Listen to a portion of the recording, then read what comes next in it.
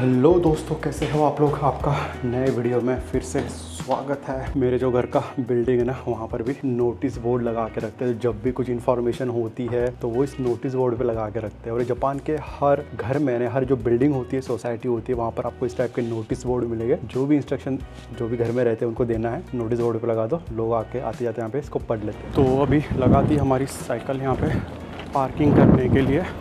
तो ये free parking है मेरे पीछे जो है। और अभी मैं जा रहा हूँ जिम। तो अभी मैं जब साइकिल से जिम आ रहा था ना, मेरे रास्ते में टोयोटा का शोरूम है, बहुत बड़ा शोरूम है। तो वहाँ पे गाड़ियाँ बिकती भी है, सर्विसिंग के लिए भी आती है, डीलर है एक्चुअली वो। तो जब मैं वहाँ से सामने से जा रहा था ना, तो पता नहीं वो नई गाड़ी थी या फिर सर्विसिंग के लिए आए थे, जो भी था, कस्टमर थे एक्चुअली वो। तो वो जब निकले बाहर उस शॉप से, बड़े शोरूम से ना, दो टोयोटा के जो स्टाफ थे वो बाहर तक छोड़ने के लिए आए थे। और वो गाड़ी बाहर निकली, गाड़ी जब तक रोड के दूर नहीं गई वो झुके हुए थे, बो करके। उनको पता नहीं थैंक यू वगैरह वो होता है जापान में। जब भी आप किसी शॉप में जाते हो कटिंग करने के लिए, बैंक कहीं पर भी जाते हो ना, तो जो कस्टमर है जब तक बाहर नहीं जाता तो स्टाफ है झुक के बो करता है। आई नो ये कल्चर जापान में होता है, बट जब तक गाड़ी दूर चली नहीं जाती तब तक बो कर रहे थे वो। तो जापान में ये वाला कल्चर बहुत ज़्यादा है। एक्चुअली मैं वो वीडियो शूट नहीं कर पाया, मैं साइकिल चला रहा था। और जब तक मैं फ़ोन कैमरा वगैरह निकालता तब तक तो वो गाड़ी बहुत दूर निकल गई थी। बट हाँ, ये कल्चर मुझे जापान का बहुत अच्छा लगता है। अभी टोक्यो में वेदर देख रहे हो आप, बहुत बढ़िया धूप निकली हुई है। बट आप बिलीव नहीं करोगे, कल सुबह इतनी ज़ोरदार बारिश और हवा धूंध चल रही थी ना। और जब मैंने खिड़की लगाने के लिए बाहर में गया था बालकनी में, देखा मैं कचरे की गाड़ी आई हुई थी दोस्तों। इतने बारिश में बराबर वो टाइम पे वो कचरे की गाड़ी आई और पूरा गीला होकर उन्होंने प्रॉपर कचरा वो गाड़ी में फिल किया और वो गए। तो जापान में कुछ भी होने दो, टाइम का बहुत इंपॉर्टेंस होता है। हवा धूंध बारिश कुछ भी होने दो, यहाँ पे जो भी चीज़ें ऑफिशियली जो होती है वो बराबर टाइम पे होती है। ये मेरे जिम के बाहर अभी नई पार्किंग बनी है। वैसे यहाँ पे पार्किंग थी, उसको तोड़ के पूरा रिन्यू करा है इन्होंने। और ना जापान के पार्किंग में कोई स्टाफ आप नहीं खड़ा होता है कि भाई बाहर खड़ा है उसको पैसे दो वगैरह, आपको रिसिप्ट देगा, ऐसा कुछ नहीं है। यहाँ पे देखो छोटी सी मशीन लगी हुई है, दैट्स ऑल, इतनी मशीन है। कुछ नहीं करना, आपको आना है यहाँ पे और टाइम इसमें दिया रहता है, बटन दबा दो, एक रिसिप्ट मिल जाएगी। इसका मतलब आपकी गाड़ी पार्क हो चुकी है, जाते समय बस स्कैन कर दो, ऑटोमेटिक टाइम कैलकुलेट कर लेगा कितने घंटे आपने यूज़ किया है, पैसे पे कर दो और निकल जाओ। तो यहाँ पे ट्रस्ट कल्चर भी काफ़ी ज़्यादा होता है, बहुत ट्रस्ट करते हैं यहाँ पे। अभी ये गाड़ी पार्किंग से निकल रही है तो इसने अपने पैसे पे कर दिए, ऐसे नहीं निकल जाते, कह रहे चुपचाप निकल जाएंगे वगैरह, ऐसे नहीं होता है यहाँ पर। दादा रामेन शॉप हमेशा देखो यहाँ पे लाइन ही लगी रहती है, बहुत फेमस है यहाँ का, सस्ता भी है और बहुत डिलीशियस भी है। बट हम रामेन तो नहीं खाएंगे, हम अभी जा रहे हैं वर्कआउट करने के लिए। तो कल तो मैं जिम नहीं आ पाया था, बहुत शाम तक काम था मेरा, तो आज सोचा कि थोड़ा जल्दी आ जाते हैं आफ्टरनून में ही वर्कआउट करने के लिए। तो आफ्टरनून टाइम में, और आज छुट्टी का भी दिन है, तो ज़्यादा लोग आज वर्कआउट करने के लिए आए नहीं हैं, तो जल्दी से अभी चेंज कर लेते हैं। और आज मैं करने वाला हूँ आर्म्स का वर्कआउट। आज मुझे थोड़ा जल्दी वर्कआउट ख़त्म करना है, तो I think I will do 30 या 40 मिनट्स में वर्कआउट में ख़त्म कर दूँगा, क्योंकि आज हमको कहीं इंटरेस्टिंग चीज़ करने के लिए जाना है। तो हो गया दोस्तों वर्कआउट ख़त्म, 30-40 मिनट्स में मैंने बहुत जल्दी ख़त्म किया आज का वर्कआउट। और अभी बहुत ज़ोरों से भूख लगी है और घर पर जाने का तो अभी टाइम है नहीं। घर पर वैसे मैंने खाना बना के रखा है और यहाँ पर जाते वक्त भी भीड़ थी, अभी भी भीड़ लगी हुई है, लाइन लगी हुई है। तो यहाँ पे तो लाइन लगा के नहीं खड़े रहेंगे रामेन खाने के लिए। अभी मैं सोच रहा हूँ कोम्बिनी स्टोर में जाता हूँ, वहाँ से मैं बेंतो लूँगा और फिर जल्दी से खा के हम निकलने वाले हैं। बताता हूँ कहाँ पे जाने वाले। बाय द वे मैं माइक यूज़ करता हूँ हमेशा, DJI का माइक है ये। और कमेंट करते हैं आप में से काफ़ी लोग, कमेंट करते हैं कि आवाज़ अच्छा नहीं आ रहा है, माइक चेंज करो, वॉल्यूम कम आ रहा है। तो मैं अभी DJI माइक यूज़ कर रहा हूँ। अभी इससे अच्छा माइक तो आई डोंट नो मार्केट में कौन सा होगा, तो अभी मुझे नहीं पता कि अब इसके ऊपर अगर कोई माइक होगा तो मैं यूज़ करूँ, मुझे कमेंट करके बताना।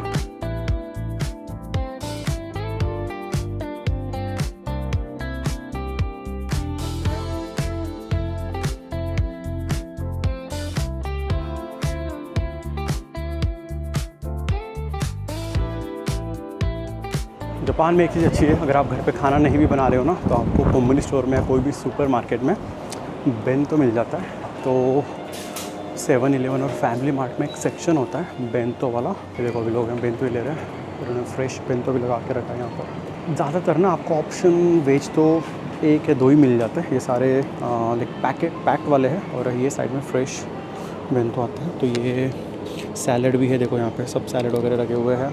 और जो एक्चुअल में जो बेंतो आते हैं विथ रामेन, उदोन, सोबा, वो ये वाले सेक्शन में। यहाँ पर ओनीगिरी भी है, इस टाइप की गोल ओनीगिरी आती है, ये सब वेज होती है।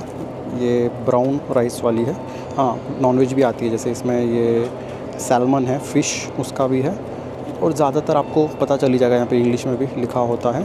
तो 20-25 टाइप के ओनिगिरी आपको मिल जाएंगे, वेज नॉन-वेज मिक्स होती है इसके अंदर। और ये वाले सेक्शन में सब उदोन, रामेन, सोबा, सारे जो नूडल्स होते हैं जापानीज स्टाइल के, वो सारे ये वाले सेक्शन में मिल जाएंगे। और लाइक प्राइस रेंज भी इसकी काफ़ी लाइक नॉर्मली होती है, 400 से 500 येन के दरमियान।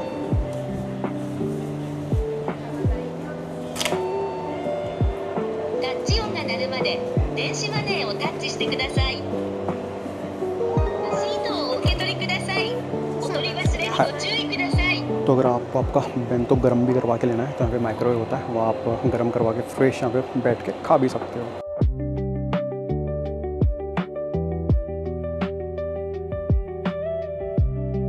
तो चलो, चॉपस्टिक भी आपको यहाँ पे मिल जाती है, यूज एंड थ्रो होती है, बड़ा कन्वीनियंट है। जापान में चम्मच वम्मच आपको मिलती नहीं, हाँ फोक मिलता है। अगर आपको चॉपस्टिक से खाना नहीं आ रहा है तो आप उनको फोक भी मांग सकते हो, दे देंगे वो। मुझे दोस्तों इतने कमेंट्स आते हैं, और अभी मैं काफ़ी 1-on-1 भी लेता हूँ स्टूडेंट्स के साथ में। तो वो स्टूडेंट्स मुझे ये पूछते हैं, जापान में जो लोनलीनेस होता है, अकेलापन, उसको कैसे दूर करें, होम सिकनेस अगर होता है तो उसको कैसे दूर करें। आप में से काफ़ी लोग जापान में आने का प्लान कर रहे हो, ऑलमोस्ट आने वाले हो, काफ़ी लोग रहते भी यहाँ पे। तो अभी तक मैंने ऑलमोस्ट लाइक 1000 से ज़्यादा स्टूडेंट से बात की, और ऑलमोस्ट आधे से ज़्यादा मुझे एक क्वेश्चन कॉमन मिला है कि लोनलीनेस कैसे दूर करते हैं। तो देखो, अब मुझे 10 साल हो चुके हैं जापान में आकर, और लोनलीनेस का तो अब देखो, अगर आप इंडिया में भी कहीं पे फैमिली से दूर रह रहे हो और आपके दोस्त वगैरह कम हैं, या फिर आप ज़्यादा इंट्रोवर्ट हो, तो of course you can survive.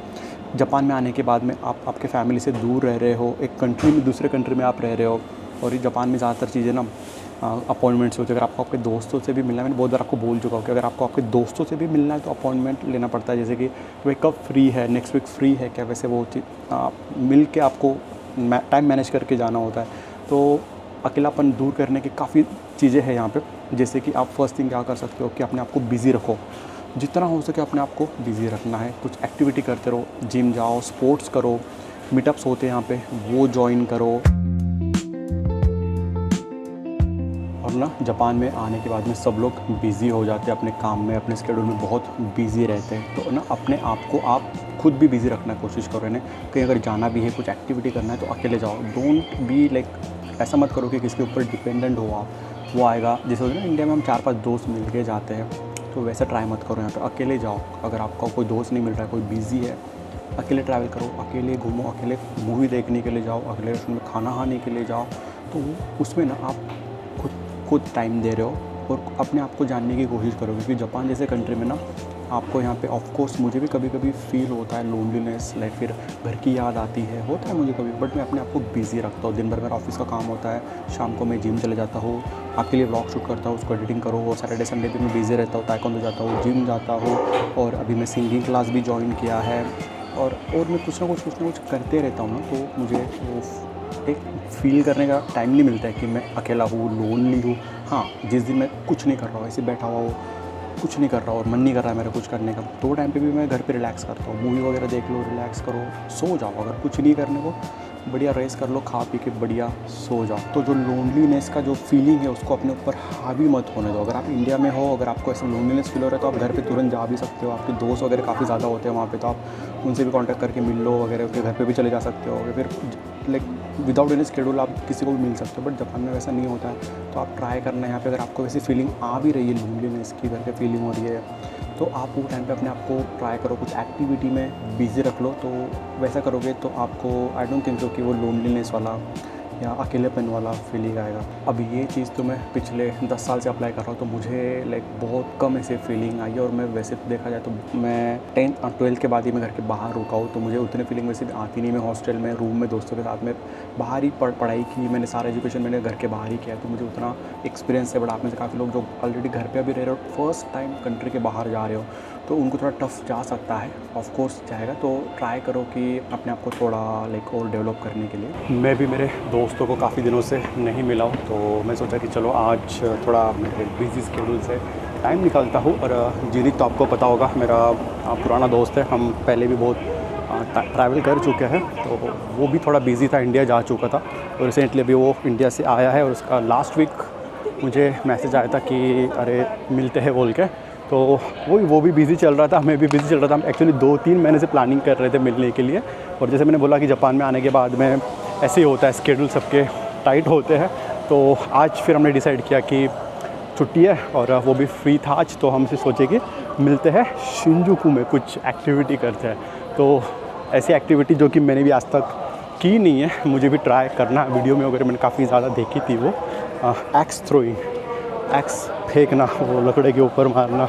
मैंने नहीं किया आज तक, वीडियो में देखा है मैंने, मज़ा आता है, बट वो उसने बोला कि जाते बोल के, हाँ मैंने भी किया नहीं है, करते हैं ट्राई। यहाँ पर अभी इलेक्शन शायद चल रहे, तो ये सबको पैम्पलेट वगैरह बांट रहे हैं। तो जापान में अपॉइंटमेंट लेके ही ऐसे स्टेशन के ऊपर पैम्पलेट वगैरह या अनाउंसमेंट वगैरह होता है।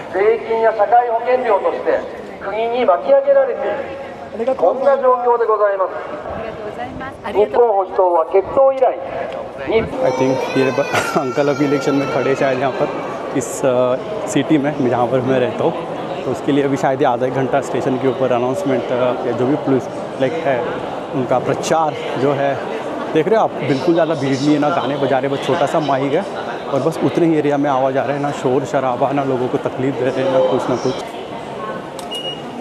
तो शिंजुकू के लिए हमारी अभी नेक्स्ट ट्रेन है 4:45, प्लेटफॉर्म 3 पे।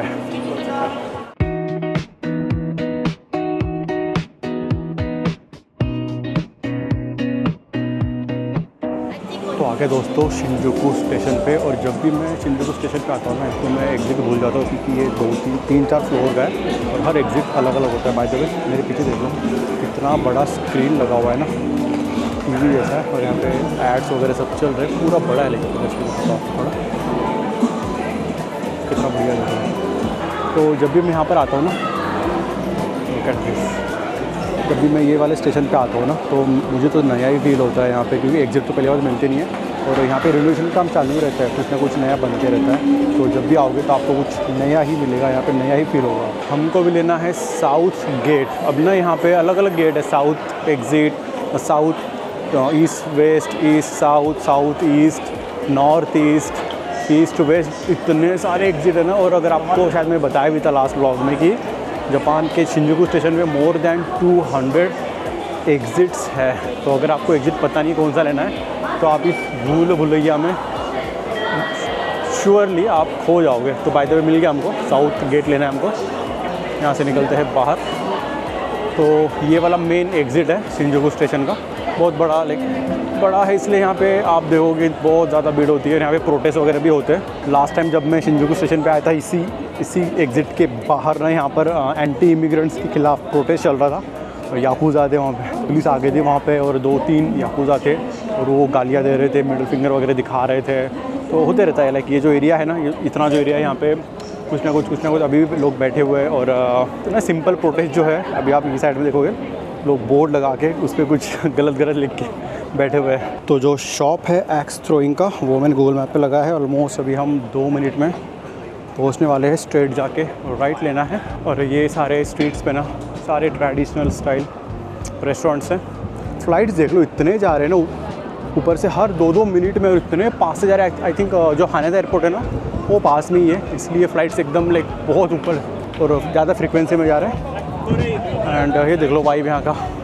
अभी शाम होने को आई है ना, तो यहाँ पे ज़्यादा टूरिस्ट और जापानीज़ लोग थोड़ा ट्रेडिशनल जापानीज़ स्टाइल रेस्टोरेंट में आते खाना खाने के लिए। इधर ये बगल में देख रहे हो आप, ये है पाचिंको स्लॉट, यानी स्लॉट मशीन, गैम्बलिंग मशीन बोल सकते हो। ज़्यादातर जापानीज़ लोग बहुत आते हैं यहाँ पे खेलने के लिए, अपना पैसा जो है वो यहाँ पे लगाते हैं, खेलते हैं। और हाँ, जापान में जब भी कोई नई शॉप, रेस्टोरेंट्स, जो भी कुछ खुलता है नया वाला, उसके बाहर ना इस तरीके से फूल लगाते हैं।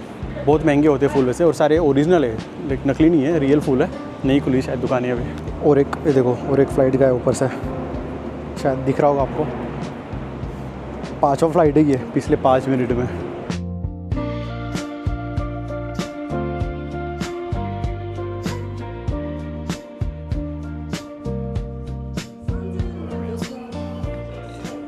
ये देखो एक्स थ्रोइंग का 3 सेक्शन है। अभी यहाँ पे अपॉइंटमेंट लेना है इनके साथ। 5 or 10 minutes? Yeah, sure, no problem. This is consent form. Okay Please. Okay. तो रिजर्वेशन तो हमने लिया नहीं था, तो 6 बजे वाला स्लॉट देखते हैं यहाँ पे है। उसने रुकने के लिए बोला हमको। एक कपल आए, उनको भी ट्रेनिंग दे रहा है कि कैसे एक्स मारना है, क्योंकि पूरा रियल है, इसको धार भी है तो थोड़ा रिस्की भी है। तो इन्होंने यहाँ पे कंसेंट फॉर्म भी दिया है यहाँ पे, उसको बाद में हम साइन करेंगे। तो यहाँ पे ये ऑप्शन दिए हुए 30 मिनट्स, 60 मिनट्स, 2 घंटा और 3 घंटे का, और ये प्राइस वगैरह दिए हुए। यहाँ पर ऑप्शन भी है, अगर आपको कुछ और भी कुछ लेना है मारने के लिए एक्स के अलावा, तो उसके भी यहाँ पे प्राइजेस वगैरह सब दिए हुए। हम तो ये लेने वाले सिर्फ 1 घंटे वाला।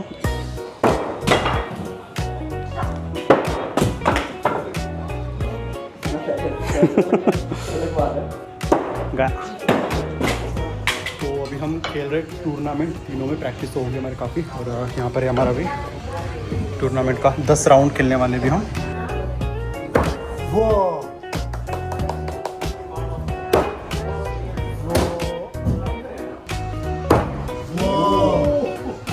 काफी डिफरेंस है भाई।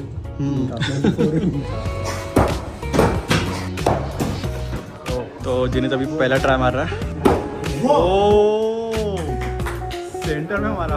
सेकंड गेम में जीता जिनित, 24 आए जिनित के, मेरे 13 और इसके भी 13।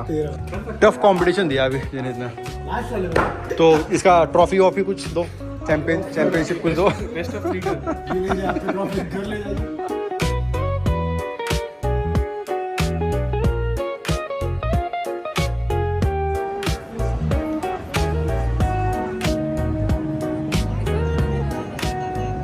दोस्तों आ गए घर पे एक्स थ्रोइंग करके। उसके बाद में एक्स थ्रोइंग के बाद में हम गए थे खाना खाने के लिए, एक इंडोनेशियन रेस्टोरेंट था, वहाँ पर खाना वगैरह खाए और 1-2 घंटे ऐसे थोड़ा चिल करके फिर अभी घर पे आ चुका हूँ। और अभी रात के बज रहे हैं 11 और मेरा अभी जस्ट थोड़ी देर बाद में चालू होने वाला है 1-on-1, तो 1 घंटे का 1-on-1 सेशन होने वाला है। अभी ऑलरेडी मैंने लॉग इन करके रखा है।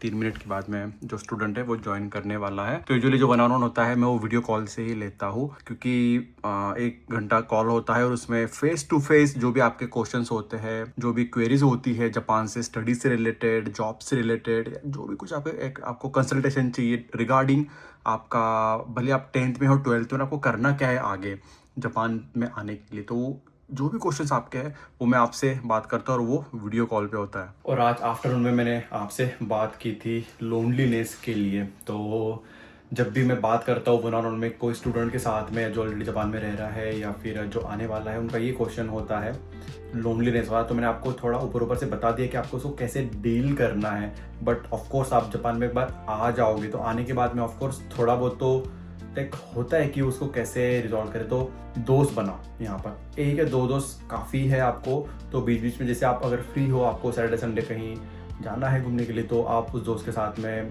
कहीं पे ट्रैकिंग पे हो गया या कोई मूवी देखने या कहीं पर भी आप जा सकते हो। और बाकी टाइम जैसे मैंने आपको बोला अपने आप को बिजी रखना है।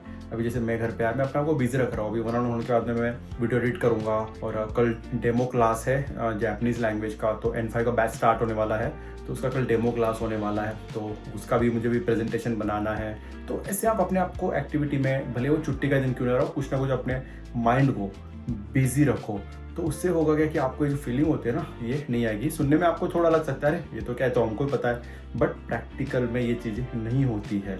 तो आप इसको ज़रूर ट्राई करना। और ना जल्दी मैं प्लान करने वाला हूँ जापान में, टोक्यो में एक्चुअली मीटअप का। तो जो भी इंडियंस यहाँ पे रहते हैं, जस्ट अभी आए हैं या फिर काफ़ी सालों से यहाँ पे रह रहे हैं, उनको कम्युनिटी लाइक मिलना है, तो मैं एक मीटअप ऑर्गेनाइज करने वाला हूँ। सोच रहा हूँ मैं, अभी डेट वगैरह फिक्स हुई नहीं है, बट उस मीटअप में मैं ट्राई करूँगा कि जो भी नए अभी इंडियंस यहाँ पर आए हैं, जैसे उनको 1-1.5 साल हुआ है आके और वो ऐसे लोनलीनेस फील कर रहे हैं, फिर उनको नेटवर्किंग करना है और लोगों को मिलना है, तो मैं एक मीटअप ऑर्गेनाइज करने वाला हूँ। उसका इन्फॉर्मेशन मैं इंस्टाग्राम पे भी दूंगा, वीडियो में भी बताऊंगा, बट आप मुझे इंस्टाग्राम पे फॉलो कर देना, वहाँ पे जल्दी आपको स्टोरी के थ्रू या वीडियो के थ्रू जल्दी पता चल जाता है। तो उसमें आप आओगे, 3-4 घंटे का मीटअप में सोच रहा हूँ रखने का कहीं पर, जहाँ पर आप हम साथ में मिलके कुछ फन एक्टिविटी करेंगे और एक दूसरे को जानने की कोशिश करेंगे। काफ़ी लोग रहेंगे उसमें, तो आप एक दूसरे के साथ में मीटअप भी रख सकते हो, अपने आप को दोस्त भी बना सकते हो। तो जैसे भी मेरे पास में वो इवेंट का थोड़ा स्ट्रक्चर बन जाता है, इन्फॉर्मेशन मिल जाती है और मेन यानी डेट फिक्स हो जाती है, मैं आपके साथ में शेयर करूँगा। तो अगर आप टोक्यो में रहते हो या फिर आसपास कहीं रहते हो तो ज़रूर आप आइएगा।